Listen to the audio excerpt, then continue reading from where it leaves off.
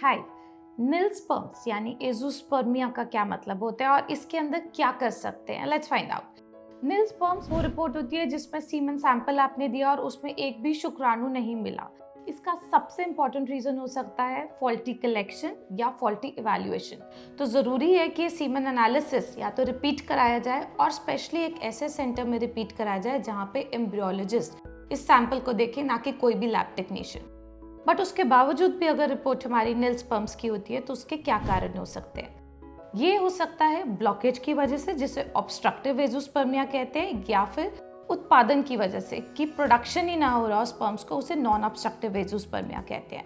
Sperms testis में बनते हैं और ये उसके बाद एक डक्ट द्वारा ट्रैवल करते हैं और एजैक्यूलेट में पीनिस से निकलते हैं। इस पूरे रास्ते में कोई भी अगर रुकावट होती है तो उसमें ऑब्स्ट्रक्टिव एज़ोस्पर्मिया हो सकता है।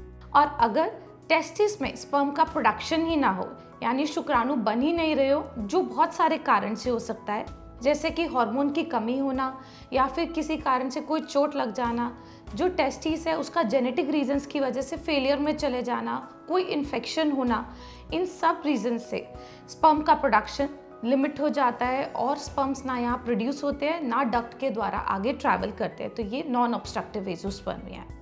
इनके ट्रीटमेंट डिपेंड करते हैं कारण पे। यदि ऑब्स्ट्रक्टिव एज़ोस्पर्मिया है तो स्पर्म को टेस्टिस से डायरेक्टली निकाला जा सकता है, जिसे स्पर्म रिट्रीवल टेक्निक्स कहते हैं। तो टेस्टिस से भी निकल सकते हैं और अगर ऑब्स्ट्रक्शन और बाद में है तो एपिडिडमिस से भी निकल सकते हैं, जिसको पीसा कहते हैं।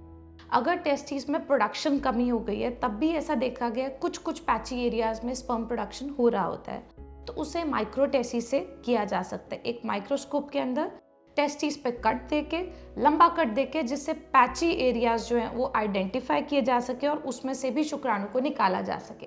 ये दोनों तरह के शुक्राणु के सैंपल आईवीएफ और इक्सी में ही इस्तेमाल हो सकते हैं। इन्हें नेचुरल ट्राई के लिए या फिर इंट्रायूट्राइन इंसेमिनेशन में यूज़ नहीं किया जा सकता। और अगर इसमें से कुछ भी कामयाब ना रहे तो हमें बैंक से डोनर सीमन लेने की ज़रूरत पड़ सकती है। तो अगर आपकी रिपोर्ट में निल स्पर्म है तो सबसे पहली बात तो एक अच्छे सेंटर में उसे रिपीट कराएं। अगर वहाँ पे भी निल रिपोर्ट आती है तो वहाँ के एम्ब्रियोलॉजिस्ट उसको सेंट्रीफ्यूज करके कुछ छुपे हुए स्पर्म्स को, जिसको क्रिप्टोजोस्पर्मिया कहते हैं, उन्हें देखते हैं। देन इसको फिर इवैल्यूएट किया जाता है हार्मोन टेस्ट द्वारा, अल्ट्रासाउंड द्वारा, एग्जामिनेशन द्वारा, ये देखने के लिए कि स्पर्म का प्रोडक्शन हो रहा है या नहीं हो रहा है और ऑब्स्ट्रक्टिव एज़ोस्पर्मिया या नॉन ऑब्स्ट्रक्टिव, उसी हिसाब से इलाज होता है। अगर आपके कोई और डाउट्स है तो हमें ज़रूर मैसेज करें और अगर वीडियो अच्छा लगे तो उसको लाइक और शेयर करें।